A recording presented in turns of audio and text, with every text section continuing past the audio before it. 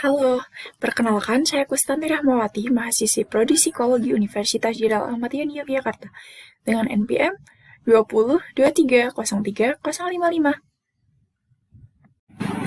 Nah, pada kesempatan kali ini, saya akan menjelaskan mengenai pendidikan Pancasila. Nah, lebih terperincinya, mengenai dimensi Pancasila sebagai sistem etika. Jadi bagaimana sistem etika yang sesuai dan tidak sesuai untuk kita berlakukan di masyarakat itu sendiri. Mari kita simak penjelasan berikut ini. Oke, untuk selanjutnya saya akan menjelaskan mengenai penjelasan singkat terlebih dahulu. Nah, Pancasila sebagai sistem etika merupakan cabang filsafat yang dijabarkan dalam 5 sila Pancasila, yang mana dipergunakan untuk mengatur perilaku kehidupan bermasyarakat, berbangsa, dan bernegara.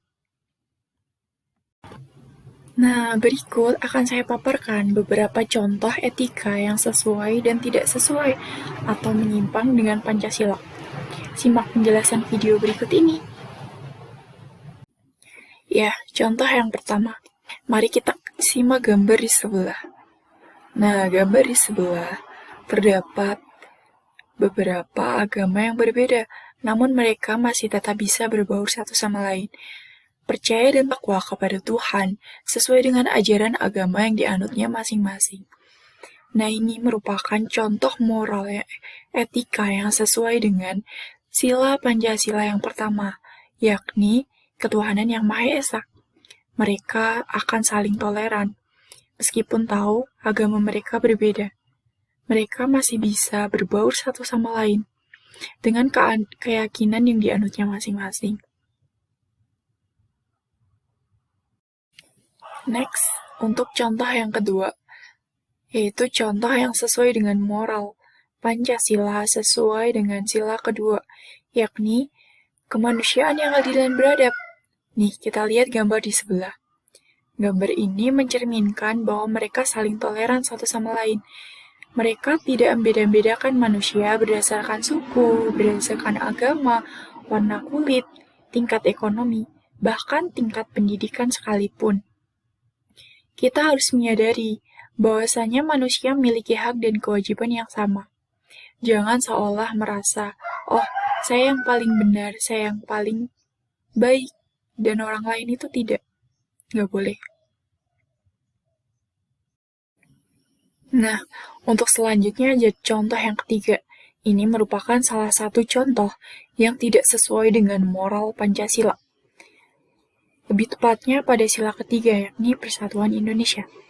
Perang antar suku di samping merupakan hal yang tentunya sangat meresahkan bangsa, seolah-olah persatuan yang terkandung dalam Pancasila sila ketiga sudah tidak berarti. Perang antar suku tentu membuat Indonesia akan terpecah belah. Di samping itu akan menimbulkan banyak sekali kerugian dari korban jiwa, fasilitas negara yang rusak, dan rasa kekeluargaan di antara masyarakat yang hilang. Maka dari itu, sebagai generasi muda, sebagai generasi yang paham akan Pancasila, mulailah dari diri sendiri untuk mengerti satu sama lain. Dan selalu mengamalkan nilai-nilai Pancasila dalam kehidupan sehari-hari. Baik untuk contoh yang terakhir, yakni contoh yang tidak sesuai dengan moral Pancasila. Coba perhatikan gambar di sebelah dan renungkan. Keadilan hukum, penyimpangan dari sila keempat Pancasila, yakni kerakyatan yang dipimpin oleh hikmat kebijaksanaan dalam permusyawaratan perwakilan. Nah, ini biasanya berupa ketidakadilan hukum bagi pejabat dan kaum bawah. Buktinya, beberapa tahun silam, orang yang dikatakan mencuri buah, hanya buah semangka maupun kakao, harus mendekam dalam jeruji penjara selama kurang lebih 1 hingga 5 tahun.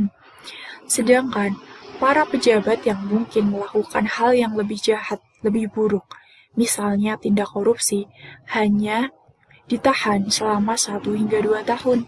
Bahkan, tak jarang kasusnya tidak diselidiki atau ditindak lebih lanjut. Ini merupakan salah satu krisis hukum di Indonesia. Maka dari itu, ayolah berupaya untuk menghadirkan kesejahteraan dan keadilan hukum bagi masyarakat Indonesia. Sekiranya hanya itu yang bisa saya sampaikan, semoga kita bisa mengambil pelajaran penting dan meninggalkan hal-hal yang buruk dalam kehidupan kita sehari-hari, sesuai dengan moral Pancasila. Nah, semoga ilmu yang saya sampaikan bermanfaat, kurang lebihnya mohon maaf dan terima kasih. Sampai jumpa.